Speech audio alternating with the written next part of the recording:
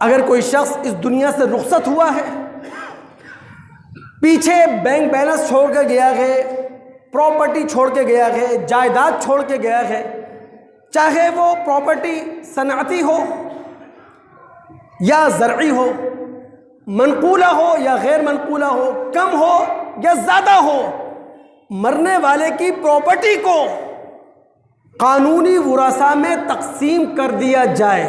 یہ ہے کَیْ لَا یَکُونَ دُولَةً بَیْنَ الْأَغْنِیَاءِ مِنْکُمْ، کہ چند ہاتھوں کے اندر دولت نہ رہے، بلکہ دولت مختلف لوگوں کے ہاتھوں میں جائے، مختلف طبقات تک جائے، اور معاشرے کے اندر خوشحالی آتی چلی جائے۔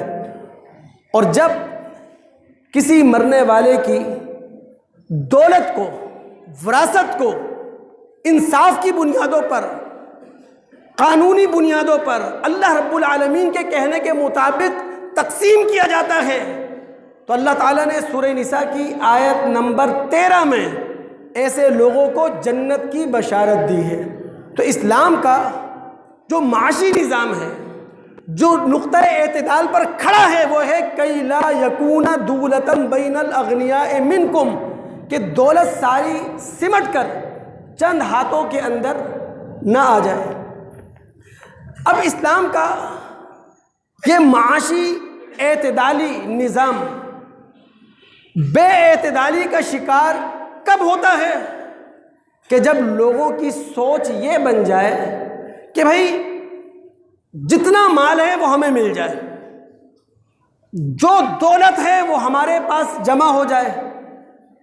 ایسے لوگوں کی سوچ اتنی منفی ہوتی ہے، اتنی پست ہوتی ہے کہ جناب مزدوروں کے جسموں میں جو خون دوڑ رہا ہے، اس کا آخری قطرہ بھی ہمارے حصے میں آنا چاہیے۔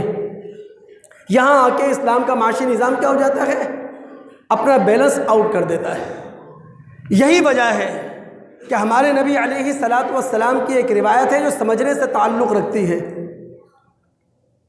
صاحب مشکات میں ایک باب باندھتے ہیں، باب الانفاق و کراہیت الامساک۔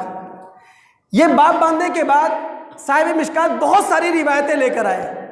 اس میں سے ایک روایت ہے مسلم کے حوالے سے، ابو امامہ رضی اللہ تعالیٰ عنہ راوی ہیں، وہ کہتے ہیں کہ نبی علیہ الصلاۃ والسلام نے فرمایا، یبن آدم، اے آدم کے بیٹے، ان تبذل الفضل، جو دولت تمہارے پاس ضرورت سے زائد ہے اسے اللہ کے راستے میں لٹاؤ، خیر لک، یہ تمہارے لیے بہتر ہے۔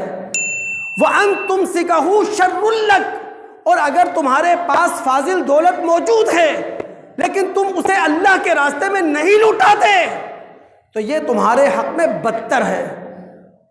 وَلَا تُلَامُ عَلَىٰ كَفَافٍ، ہاں اگر اپنی ضرورت کے مطابق بچا لو، اپنے گھریلو ضرورت کے مطابق بچا لو، اپنے کاروباری ضرورت کے مطابق بچا لو، اس میں کوئی تم پر ملامت نہیں ہے۔ وَابْدَأْ بِمَنْ تَعُولُ، اور جب تم مال خرچ کرنے لگو تو ان لوگوں سے مال خرچ کرنا شروع کرو جو تمہاری کفالت کی ذمہ داری میں آتے ہیں۔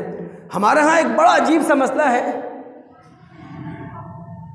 جب اللہ کے راستے میں مال خرچ کرنا ہو تو بڑے بڑے چیک لے کر بڑے بڑے مدرسوں میں لائن لگا کر بیٹھے ہوئے ہوتے ہیں دینے کے لیے، لیکن اپنے ہی گھر میں جو خانسامہ ہے وہ یاد نہیں آتا، جو مالی ہے وہ کام یاد نہیں آتی، جو ماسی ہے اسے بھول جاتے ہیں۔ بڑے بڑے چیک لے کر بڑی بڑی گاڑیوں میں آئے ہوئے بڑے بڑے مدرسوں میں لائن لگا کے بیٹھے ہوئے ہوتے ہیں۔ ہمارے رسول کی، ہمارے مذہب کی تعلیم یہ ہے، وَابْدَأْ بِمَنْ تَعُولُ، جو لوگ تمہارے زیر کفالت ہیں، جو لوگ تمہارے ماتحت ہیں، جب تم اللہ کے راستے میں مال خرچ کرنے لگو تو سب سے پہلا حق انہی کا ہے۔ تو اسلام کا اعتدال پر مبنی جو معاشی نظام تھا وہ بے اعتدالی کا شکار ہوا اس لیے ہے کہ بندے مومن اعلیٰ ظرف نہیں رہا، وہ خود حدیث ہو چکا ہے، وہ خود اپنے آپ کو لالچی بنا چکا ہے، وہ خود اپنے آپ کو بخیل بنا چکا ہے۔